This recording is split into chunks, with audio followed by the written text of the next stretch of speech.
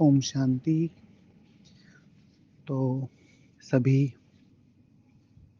नए और पुराने भाई बहनों ने बहुत ही अच्छी तरीके से पुरुषार्थ किया है। थोड़ा ऊपर नीचे रहा है वो भी आपको मेंशन कर ही दिया है और उसे आप जल्दी से जल्दी पूरा करेंगे भी, यही शुभ आशा है। और इसी के साथ आपको नया चार्ट भेज रहे हैं।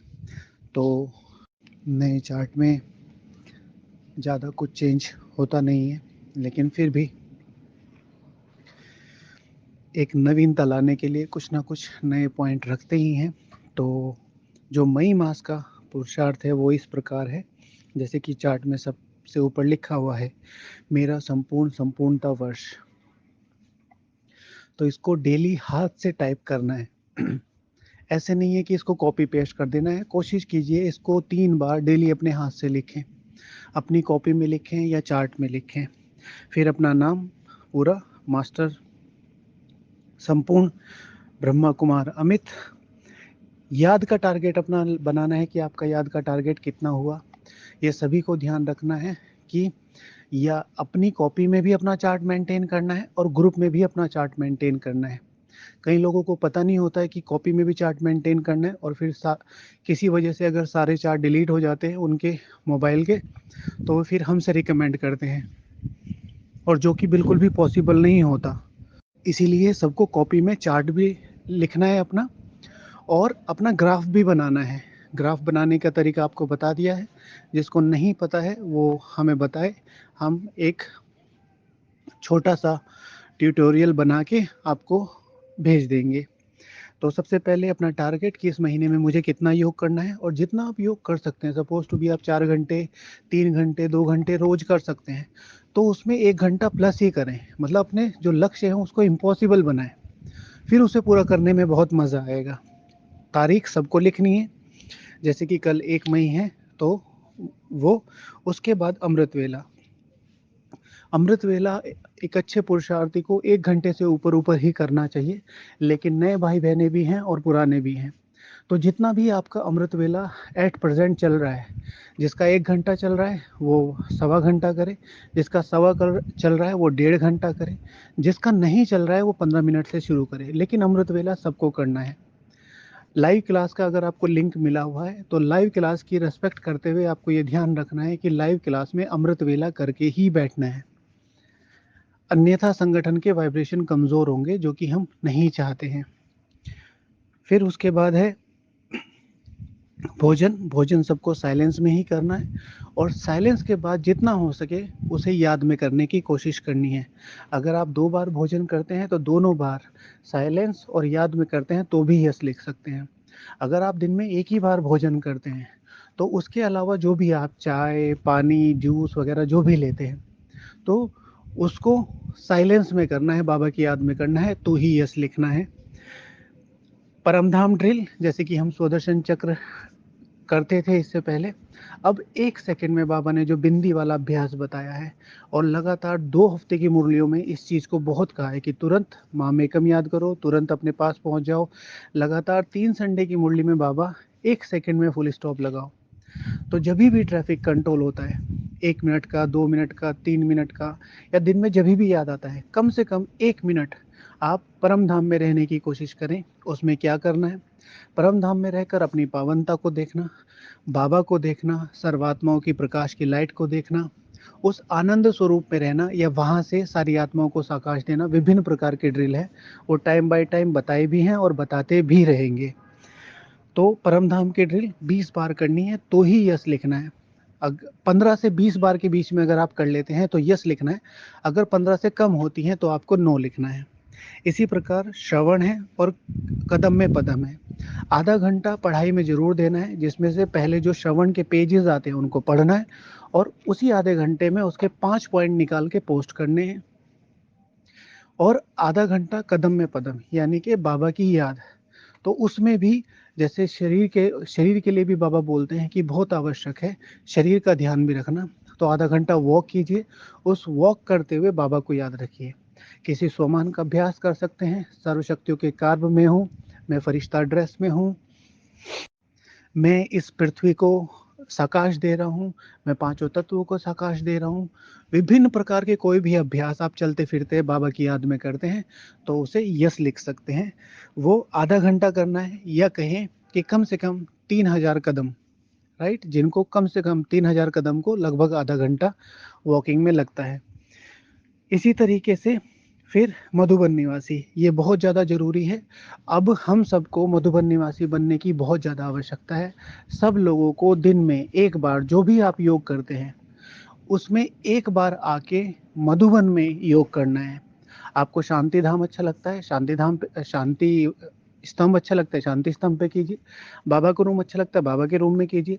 ज्ञान सरोवर अच्छा लगता है, ज्ञान सरोवर में आके कीजिए। शांतिवन अच्छा लगता है, शांतिवन आके कीजिए। उसमें जो मुख्य सोमान रहेगा कि मैं सर्वोच्च मधुबन निवासी तपस्वी हूँ। संपूर्ण ब्रह्म बाप समान जैसे बाबा ने मधुबन में रह के बेहद तपस्या की, ऐसे आप मधुबन में किसी भी स्थान पे बैठ के इस मधुबन के लिए विशेष वाइब्रेशन फैलाएंगे। क्योंकि अगर ये जड़ें मजबूत हो गई तो इससे रिलेटेड सारा कल्प, सारा यज्ञ ही मजबूत हो जाएगा। आप सभी को पता भी है इस समय मधुबन को वाइब्रेशंस की बहुत आवश्यकता है। मधुबन में दिन रात बहुत भाई बहनें आते हैं जिनको बाबा का परिचय नहीं है, जो बिल्कुल लौकिक रीति से रहते हैं, और एक बड़ी बड़ी सभा मधुबन में उन वाइब्रेशंस को लेने के लिए आ रही है। मधुबन की रिस्पॉन्सिबिलिटी जितनी बाबा पे है उतने ही मास्टर ब्रह्मा बच्चों पर है। तो पूरे दिन में जब भी आपको अच्छा लगे आधा घंटा बैठ के मधुबन के लिए योग करना है। कैसे योग करना है कि मैं मधुबन को फिर से जैसे बाप समान संपूर्ण वाइब्रेशन से, संपूर्ण शक्तियों से, संपूर्ण गुणों से संपूर्ण शीश महल बना रही हूँ। जो भी सोमान लेना चाहे, जिस तरीके से भी योग करना चाहे, वो विशेष मधुबन और मधुबन के ब्राह्मणों के लिए होगा, मधुबन के वाइब्रेशंस के लिए होगा। तो विशेष इसमें एक चीज़ जरूर ध्यान रखना है, मैं मधुबन निवासी हूँ, मैं संपूर्ण ब्रह्मा बाप समान सर्वोच्च तपस्वी मधुबन निवासी हूँ, ये सोमान ले सकते हैं। उसके बाद साइलेंस डेली 4 घंटे का साइलेंस मुख का और 4 घंटे का साइलेंस मोबाइल का रखना है। अगर दोनों साइलेंस रखते हैं तो यस लिखेंगे। अगर दोनों अलग अलग समय पे हों तो बहुत अच्छा है, क्योंकि वो कलेक्टेडली 8 घंटे का साइलेंस हो जाएगा। लेकिन अगर अलग अलग नहीं रख सकते हैं तो एक टाइम पे भी रखने की कोशिश करें।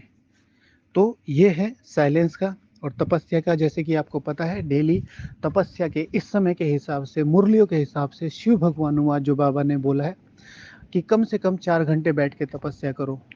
बाबा ने कहा है, पहले 8 घंटे बोलते थे, अब 4 घंटे बोला है, लेकिन बच्चे 2 करते हैं। क्या ये बच्चों का बाबा ने कहा रिगार्ड किया मम्मी पापा का? शिव बाबा का रिगार्ड किया? 2 संडे पहले की मुरली में था। सो कम से कम 4 घंटे का लक्ष्य डेली का रखें। फिर भी आपकी परिस्थितियाँ, आपका व्यवहार, आपका परिवार, आपके वाइब्रेशंस, आपका लौकिक घर, वो सारी चीज़ें मैटर करती हैं। लेकिन अभी अपने आप को पुश देना ही है। क्यों देना है? क्योंकि हमें अपने लिए मधुबन के लिए और इस विश्व के लिए बहुत तेज़ी से पुरुषार्थ करना है। और इस चीज़ में ये भी ध्यान रखिए कि जितना आप बैठ के याद करेंगे, बाबा ने कहा है जो तपस्या है, उतना ज़्यादा बाबा की उन कर्म बंधनों को काटने में, उन पारिवारिक संबंधों को अच्छा बनाने में, उन विघ्नों को हटाने में मदद मिलेगी ही मिलेगी। तो जितना हो सके अपना बैठने का लक्ष्य रखिए। फिर से हम आपको एक चीज़ रिपीट करा देते हैं जो हर बार कराते हैं कि अपने व्यर्थ पर बहुत ज़्यादा ध्यान रखिए। Extra Facebook, extra YouTube, extra Instagram हो सके तो तुरंत डिलीट कीजिए अगर आपका उस पर कोई ज़रूरी कार्य व्यवहार नहीं है। सिर्फ संबंधों को जोड़ने के लिए, पुराने दोस्तों, पुराने स्कूल, पुराने कॉलेजेस, इन संबंधों, इन सब से जुड़ने के लिए उन चीज़ों का इस्तेमाल नहीं कीजिए। और अगर वो आपको लगता है वो बहुत ज़्यादा ज़रूरी है तो उसको कम कीजिए, उसके टाइम सेट कीजिए, उसकी प्रायोरिटी सेट कीजिए। ये हमने खुद देखा है। एक्स्ट्रा स्टेटस नहीं लगाइए, एक्स्ट्रा मैसेजेस किसी को नहीं भेजिए, एक्स्ट्रा मुरली, एक्स्ट्रा स्लोगन, एक्स्ट्रा मीठा मोती, खट्टा मोती जो भी आता है, एक्स्ट्रा महारथियों के वॉलपेपर्स ना स्टेटस पे लगाइए, ना किसी को भेजिए। इससे कोई परिवर्तन नहीं होने वाला है। इसकी जगह महीने में अगर आपको बहुत इच्छा करती है तो 1 या 2 बार कोई ऐसा स्टेटस लगाइए जिससे ब्राह्मण आत्माओं को या और आत्माओं को कोई प्रेरणा मिले।